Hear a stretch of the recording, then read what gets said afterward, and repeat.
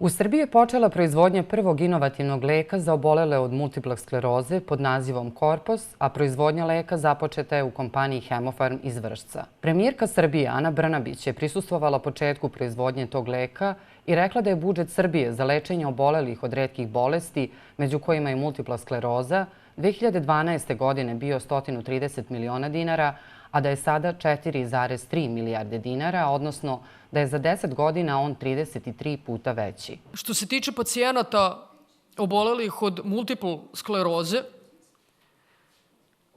mi smo u poslednjih 5 godina, dakle od 2018. godine, učetvorostručili broj pacijenata koji se leče o trošku budžeta Republike Srbije, odnosno Republičkog fonda za zdravstveno osiguranje. 2018. godine to je bilo 1100 pacijenata, danas je to 4100 pacijenata. Ona je podsjetila da se 2005. godine samo 150 osoba u Srbiji lečilo o trošku države kada je u pitanju multipla skleroza. Generalni direktor kompanije Hemofarm, Ronald Zeliger, istakao je da lek Korpos značajno menja tok bolesti i bitno unapređuje kvalitet života obolelih od multipla skleroze.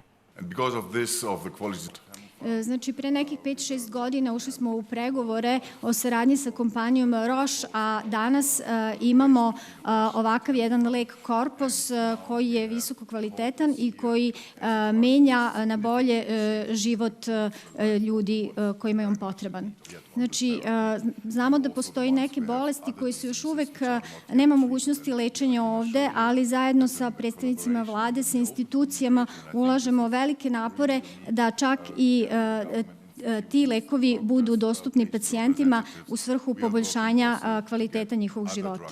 Iz kompanije Hemofarm najavili su da se razgovara o proizvodnji drugih inovativnih lekova i sa drugim kompanijama.